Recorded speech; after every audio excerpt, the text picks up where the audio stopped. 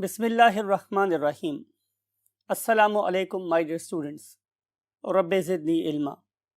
इस दुआ के साथ कि अल्लाह ताला आपके इल्म में बेतहाशा इजाफ़ा फरमाए, हम नए लेक्चर का आगाज़ करते हैं।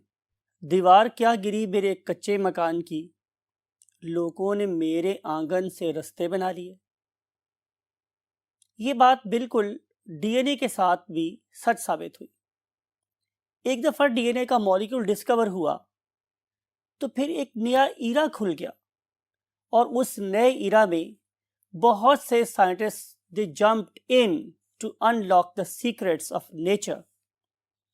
इन्हीं में से एक सीक्रेट ये भी था that we want to discuss today, and that very secret is how DNA make its copies. इसको हम अपनी मेडिकल साइंसेस में, बायोलॉजी में क्या बोलते हैं? रेप्लिकेशन। जब भी हम टर्म यूज करते हैं रेप्लिका, इसका मतलब है कॉपी, राइट? इस हाथ की ये वाला हाथ क्या है? Replica, exact copy. तो एक डीएनए अपने जैसे नए मॉलिक्यूल्स कैसे बनाता है, कैसे रेप्लिकेट करता है, इसी प्रोसेस को आज हम यहाँ पर अंडरस्टैंड करेंगे। और इसके लिए let's move to the white board. Yes my dear students, chapter number 20, lecture number 7, and article under discussion is replication। जैसे मैंने आपको इंट्रोडक्शन में बताया कि डीएनए अपनी कॉपी कैसे बनाता है, यानी कि जब मैं टर्म यूज करता हूं रेप्लिका तो इसका मतलब है कॉपी। तो replication, process of making copies, is called as replication. आपको ये बात याद है कि मेरे पास डीएनए एक डबल हेलिकल स्ट्रक्चर था, और जब मैं डबल हेलिकल स्ट्रक्चर की बात करता हूं तो इसे हम किसी हद तक यूं ड्रॉ कर सकते हैं, राइट? आपको समझाने की गर्ज से बात कर रहा हूं। फर्ज कर लेते हैं कि ये मेरा डीएनए का मॉलिक्यूल है। मेरा वजूद इस कायनात में दो हस्तियों की वजह से है, जिनमें से जाहिर है एक मेरे ग्रेट फादर हैं और एक मेरी ग्रेट मदर हैं। ये वाला प्रोसेस आपको डीएनए के लेवल पे भी नजर आ रहा है कि इनमें से एक स्ट्रैंड मुझे अपनी ग्रेट मदर से मिला है और एक स्ट्रैंड मुझे अपने फादर से मिला है। आए आपको डिफरेंशिएट करने के लिए इनमें से एक स्ट्रैंड को ब्लू कर देते, something like it. So one strand is blue, one strand is red. एक स्ट्रैंड मुझे अपने ग्रेट फादर से मिला है और एक स्ट्रैंड मुझे अपनी ग्रेट मदर से मिला है। फर्ज कर लेते हैं कि मैं एक सेल हूं, राइट? और अब मैं अपने से दो नए सेल बनाना चाहता हूं, तो मुझे क्या करना पड़ेगा? मुझे इस जैसा एक और डीएनए बनाना पड़ेगा, राइट? इसकी मिसाल ऐसे ही हमारे डियर स्टूडेंट्स कि अगर मेरे पास 100 रुपीज़ हों और वो 100 रुपीज़ मैंने दो लोगों को देनी हो, कितने 100, तो उसका सिर्फ एक ही पॉसिबल वे हो सकता है। समझने की कोशिश करते हैं कि ये मेरे पास एक बॉक्स है और इस बॉक्स में इस वक्त 100 रुपीज़ पड़े हुए हैं, और मेरी विश ये है कि मैं इन 100 रुपीज़ को दो बंदों को दूं। Say it is an organism A and it is organism B. मैं इन दोनों को 100 रुपए देना चाहता हूं, जबकि मेरे पास इस स्टॉक में सिर्फ 100 रुपए ही पड़े हैं।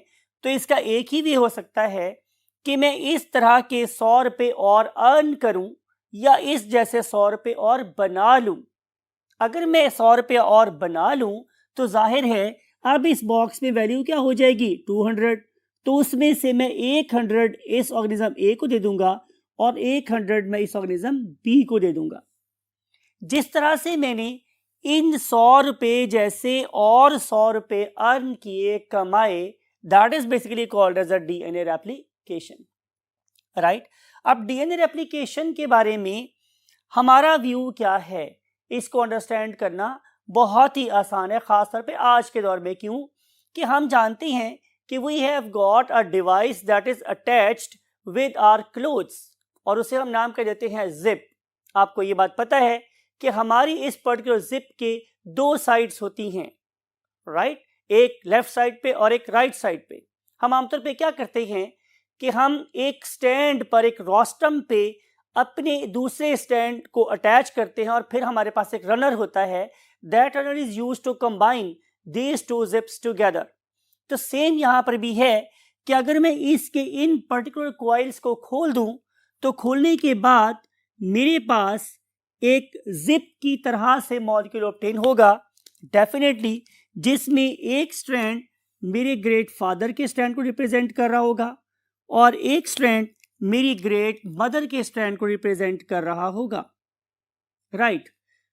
आपकी समझ के लिए बोल रहा हूं, से मैंने ये ब्लू कपड़े पहनाए हैं फादर वाले स्ट्रैंड को और मैंने रेड कपड़े पहना दिए हैं मदर वाले स्ट्रैंड को, तो ये दो स्ट्रैंड बन गए मेरे पास।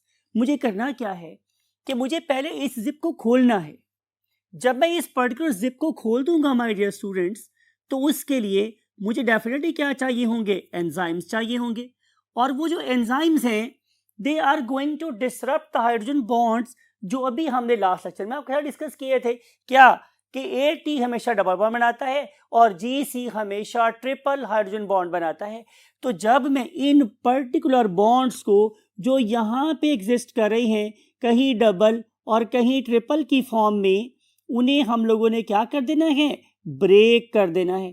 तो जब मैं ब्रेक करूंगा तो उसके रिजल्ट में ये वाली दो जिप्स क्या हो जाएंगी, सेपरेट हो जाएंगी। This zip right plus this zip, ये दोनों साइड पे हो गई। अब ये वाली जो दो जिपों के साइड्स हैं जो सेपरेट हो गई हैं, उनको देखकर मैं क्या बना सकता हूं, मैं एक और स्ट्रैंड बना सकता हूं। आपको समझाने की गर्ज से मैं यहां पे लिख रहा हूं, for example hair was A, here was for example G, here was C, here was T, and then again T, then A, then C, then T, then G, and then again A। ये मेरे पास एक sequence है। याद रखें कि मैंने इस sequence को उसको देख के लिखा है कि कहाँ डबल बॉन्ड आ रहा है और कहाँ पे ट्रिपल बॉन्ड आ रहा है। जाहिर है ए ने हमेशा किससे बॉन्ड बनाना था, आपको याद होगा, टी के साथ। तो यहाँ पे क्या प्रेजेंट होगा, जाहिर है टी प्रेजेंट होगी। इसके कंपैरिजन पे यहाँ सी प्रेजेंट होगी, इसके कंपैरिजन पे यहाँ जी प्रेजेंट होगी, यहाँ ए प्रेजेंट होगा, यहाँ भी ए प्रेजेंट होगा, यहाँ टी प्रेजेंट होगी, यहाँ जी प्रेजेंट होगी। यहाँ टी के कॉम्प्लीमेंट्री क्या होता है, ए, और जी के कंपैरिजन पे यहाँ सी और यहाँ T. Now these two strands जो इन पर्टिकुलर हाइड्रोजन बॉन्ड के ब्रेक होने के बाद एक दूसरे से सेपरेट हो गई हैं, they will act as a parent strand or they will be called as model or they will be called as template। मैंने तीन वर्ड आप लोगों की नजर किए हैं, या तो आप इन्हें पेरेंट स्ट्रैंड्स बोल सकते हैं, या आप लोग इन्हें मॉडल स्ट्रैंड्स बोल सकते हैं, या फिर हम मोर अप्रोप्रिएटली हम इन्हें टेम्पलेट स्ट्रैंड बोलते हैं। आपने हदीस सुन रखी होगी कि लक़द कान लकुम फी रसूलुल्लाहि उस्वतुन हसना। तो ये उस्वा है, ये तो टेम्पलेट है जिसको देख के हमने कोई काम करना है। अगर मैंने इसकी कॉपी बनानी है तो मुझे इस सीक्वेंस को देखना पड़ेगा, और अगर मैंने इसकी कॉपी बनानी है तो मुझे इस सीक्वेंस को देखना पड़ेगा, राइट। एक ऐसा स्ट्रैंड जो टेम्पलेट स्ट्रैंड के ओपोजिट बेसिस के मिलने से बना हो। बात को गौर से सुनिए, मैंने क्या बोला है, एक ऐसा स्ट्रैंड जो टेम्पलेट स्ट्रैंड की कॉम्प्लीमेंट्री बेसिस को देख के बना है, ओपोजिट बेसिस को देख के बना है, क्या कहलाएगा, कॉम्प्लीमेंट्री स्ट्रैंड। फॉर एग्जाम्पल कि इसी के कंपैरिजन पे क्या आना था, टी, इसे कंपैरिजन पे क्या आना है, सी, इसे कंपैरिजन पे जी, इसे कंपैरिजन पे ए, यहाँ पर भी क्या ए, यहाँ पर टी, यहाँ पर जी, यहाँ पर ए, यहाँ पर सी, यहाँ पर टी, इनके मिलने से बन गया एक और स्ट्रैंड। तो ये स्ट्रैंड जो अब बना है, it is called as the complementary strand, that is what, the complementary copy of the template DNA। Similarly मैं यहाँ पर भी ऐसा ही करूँगा कि मैं इस टी के कंपैरिजन पे ए को जोड़ूंगा, सी के कंपैरिजन पे जी, जी कंपैरिजन पे सी, ए के कंपैरिजन पे टी, ए के कंपैरिजन पे टी, इसे कंपैरिजन पे ए, इसे कंपैरिजन पे सी, इसे कंपैरिजन पे टी, इसे कंपैरिजन पे जी और इसे कंपैरिजन पे ए, और बना दूंगा एक और स्ट्रैंड। इस तरीके से हम लोगों ने इन दो स्ट्रैंड्स को, मीन एक्सट्रीम लेफ्ट और एक्सट्रीम राइट के दो स्ट्रैंड्स को क्या मान के, नमूना मान के, उसवा मान के हम लोगों ने क्या की, दो और कॉम्प्लीमेंट्री क्या बना ली, चेन्स बना ली, एक इसके अंदर और एक इसके अंदर। इस तरीके से डीएनए ने क्या कर ली, अपनी अपनी बना ली copies. Hence DNA is doing its replication, या बना रहा है अपनी कॉपीज। डीएनए अपनी कॉपी बना तो लेता है, लेकिन इस पर्टिकुलर कॉपी के बारे में हमारे पास 3 डिफरेंट हाइपोथेसिस हैं। पहला किस्म के हाइपोथेसिस को हम लोग क्या नाम देते हैं, very first hypothesis is called as semi conservative hypothesis. Semi conservative hypothesis. इसका क्या मतलब है? इसका मतलब ये है कि बात को सुनेंगे गौर से, राइट, कि जब हम एक पेरेंटल डीएनए को क्या करते हैं, इन बॉन्ड्स को ब्रेक करने के बाद दो पेरेंटल स्ट्रैंड्स में सेपरेट कर देते हैं, तो उनके अंदर वाली साइड पे क्या बनती हैं, नई कॉपीज। इसके रिजल्ट में अगर मैं यूं कहूं कि ये पुरानी कॉपी है, ये नई कॉपी है, या यूं बोलें कि ये ओल्ड डीएनए है और ये नया डीएनए है, तो अगर आप इसकी बात करें तो यहां पर भी क्या है, एक ओल्ड डीएनए है, एक नया डीएनए।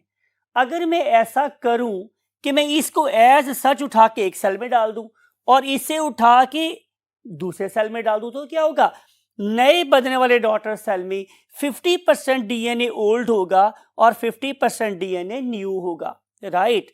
यानी कि अगर मैं इसको उठा के एक सेल में डालूं तो क्या होगा माय डियर स्टूडेंट्स, कि इस पर्टिकुलर सेल में एक डीएनए कैसा है, पुराना, ये रेड वाला कैसा डीएनए है, पुराना, और ये ब्लैक वाला कैसा डीएनए है, नया, दिस वन। और अगर मैं इस पर्टिकुलर डीएनए की बात करूंगा और मैं इसको एक सेल में डालूंगा तो फिर क्या होगा माय डियर स्टूडेंट्स, कि इसमें एक पुराना डीएनए है ब्लू वाला और एक नया डीएनए है ब्लैक वाला। अगर ऐसा हो तो हर सेल में आधा डीएनए पुराना होगा और आधा नया, आधा डीएनए पुराना होगा आधा नया, आधा पुराना होगा आधा नया। अगर ऐसा हो तो इस किस्म की कॉपिंग के प्रोसेस को सेल आफ्टर सेल्स हम लोग नाम क्या देते हैं, सेमी और semi conservative hypothesis of DNA replication. लेकिन हमारे पास साइंटिस्ट का एक और ग्रोह भी था जो ये कह रहा था कि ऐसा नहीं हुआ, बल्कि क्या हुआ कि ये कॉपी होने के बाद ये वाले पुराने डीएनए आपस में मिल गए और नए डीएनए आपस में मिल गए, राइट। अगर मैं इस वाली चीज को सेल के रेफरेंस से बात करना चाहूंगा तो माय डियर स्टूडेंट्स क्या होगा, लुक एट दिस, ये सेकंड ऑप्शन है।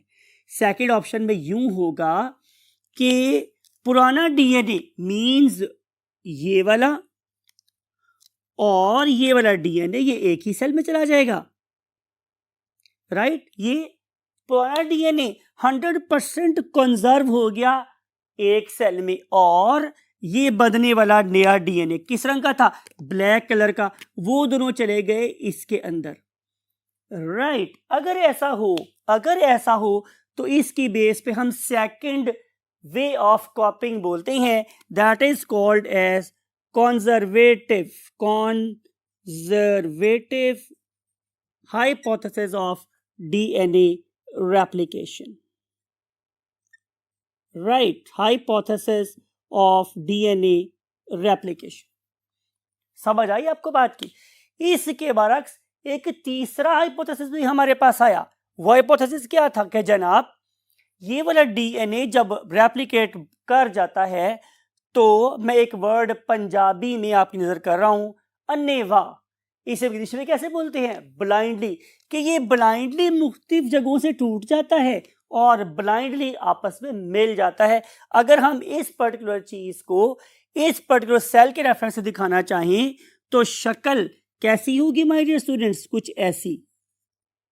कुछ ऐसी शक्ल बन जाएगी मेरे पास माय डियर स्टूडेंट्स, कि एक सेल में आधा जो डीएनए है वो नया है, लेकिन वो कुछ इस तरीके से जुड़ा हुआ है और कुछ इस तरीके से जुड़ा हुआ है। हमें पता ही नहीं चल रहा कि कौन सा पार्ट ओल्ड था और कौन सा पार्ट न्यू। वो टूट गया और आपस में ब्लाइंडली, और इसे हम लोग बोलते हैं वर्ड, रैंडमली जुड़ गया आपस में। दूसरे सेल में क्या होगा? दूसरे सेल में जाहिर है कंडीशंस कुछ इस तरह की हो जाएंगी, राइट? कंडीशंस कुछ इस तरह की हो जाएंगी, ऐसे समथिंग लाइक इट। तो नाउ यू कैन सी कि अब यहाँ पे कोई अरेंजमेंट नहीं है, कोई पैटर्न नहीं है। इस किस्म की अरेंजमेंट को हम लोग नाम कह देते हैं non conservative.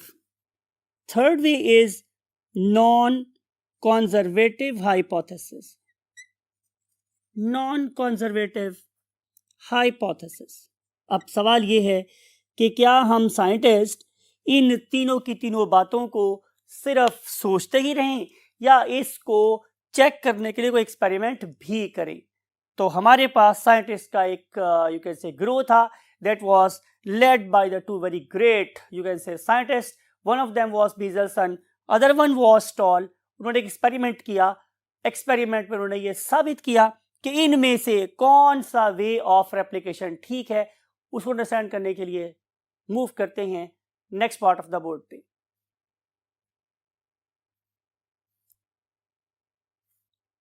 The Meselson Stahl experiment. इसके लिए मैं कल की बात का सहारा लूंगा। आपको याद है कि हम लोगों ने रेडियो एक्टिव आइसोटोप्स की बात की थी। हमने सहारा लिया था P32 और S35 का। आज भी हम एक रेडियो एक्टिव एलिमेंट का सहारा लेने वाले हैं, that is an integral part of the DNA, right?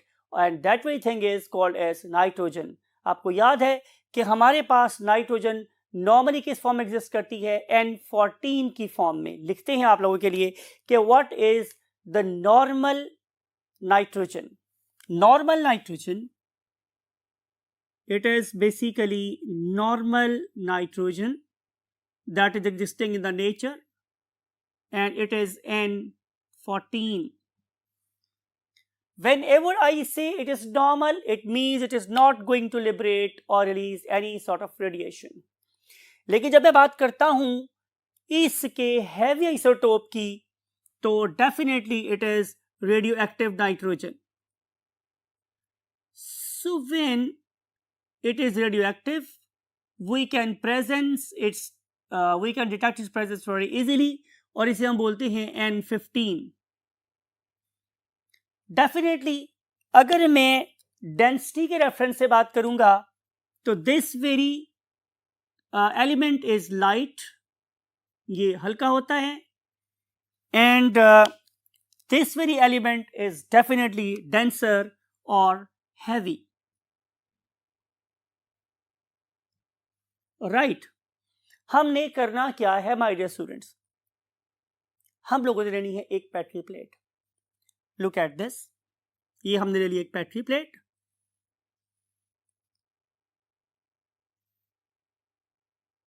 Something like it. और इस पेट्री प्लेट के अंदर डाला हम लोगों ने एगर। पढ़े लिखे बच्चे हैं, आप लोगों को पता है एगर क्या होता है। और उस पर्टिकुलर एगर को हमने अलाउ किया कि वो क्या हो जाए? ठंडा। और जब ठंडा होगा तो क्या हो जाएगा? सॉलिडिफाई। अब इस सॉलिडिफाइड एगर के अंदर जो मैंने सोर्स ऑफ नाइट्रोजन दिया हुआ है, इट इज N14। वो क्या स्टूडेंट्स मेरे पास? N14। इसका मतलब क्या होगा कि इससे जितनी मर्तबा मर्जी डीएनए रेप्लिकेशन हो, नए नए बैक्टीरिया बने, सब के अंदर डीएनए में इस्तेमाल होने वाली नाइट्रोजन कैसी होगी? नॉर्मल। तो डीएनए कभी भी रिडक्टिव नहीं हो सकता।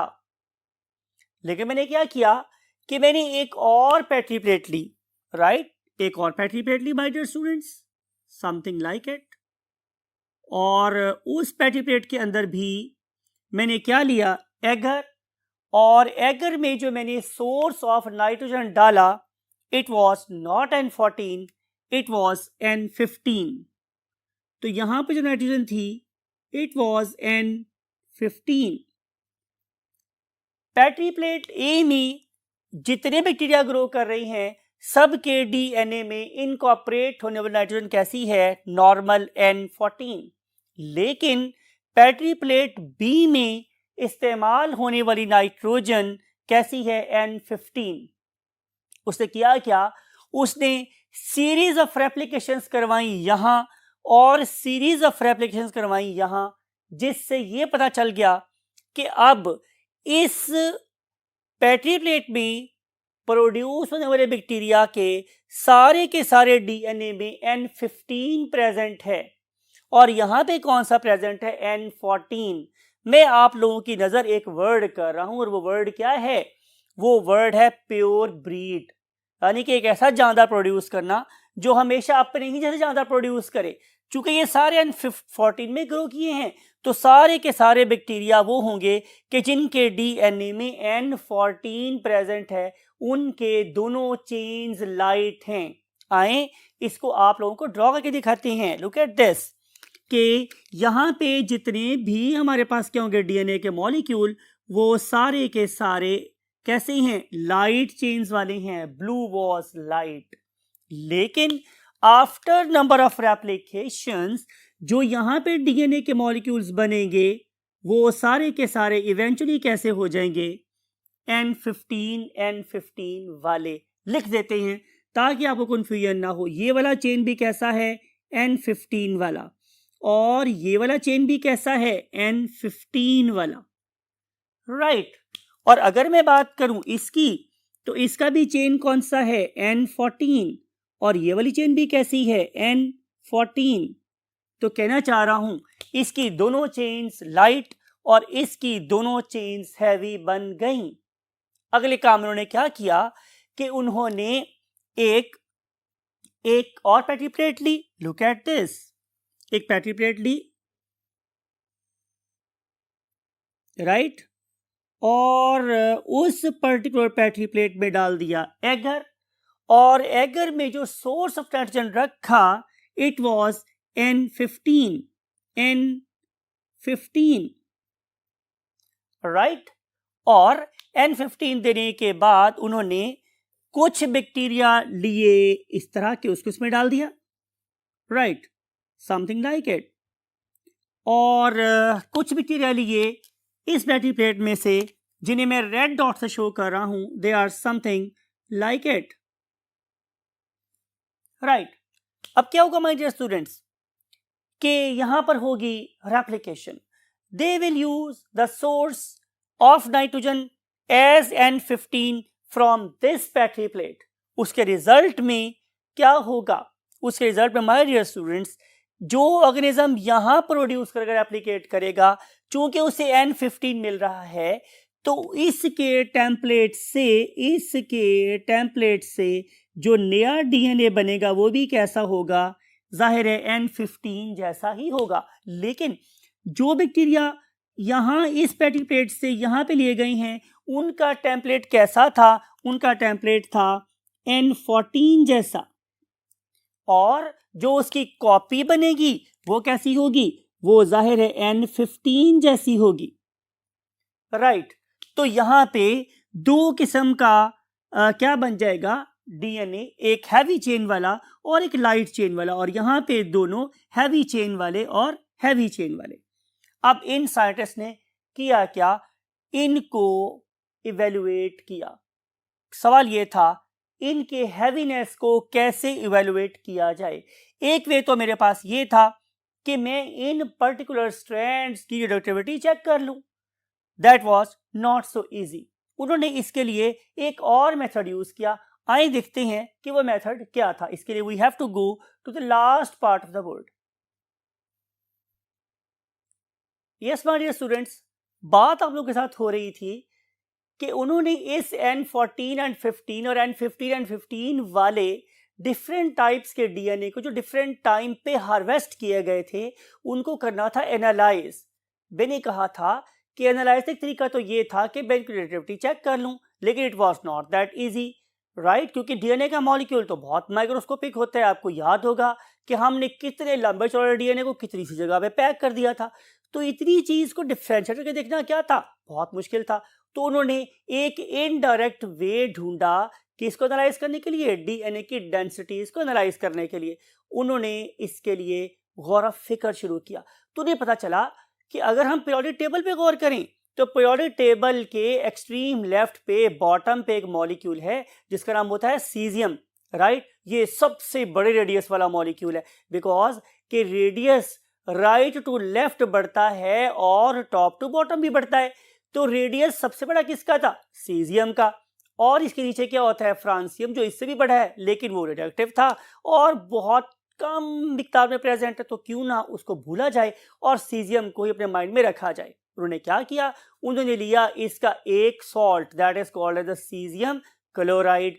फिर उन्हें सीजियम क्लोराइड का बनाया सॉल्यूशन। याद रखने वाली बात यह है कि एक बड़े मॉलिक्यूल्स का सॉल्यूशन बन गया है। फिर उन्हें क्या किया, उन्होंने इस पर्टिकुलर सीजियम क्लोराइड के सॉल्यूशन को एक हाई स्पीड 6500 आरपीएम वाली सेंट्रीफ्यूगेशन मशीन के ऊपर से स्पिन किया।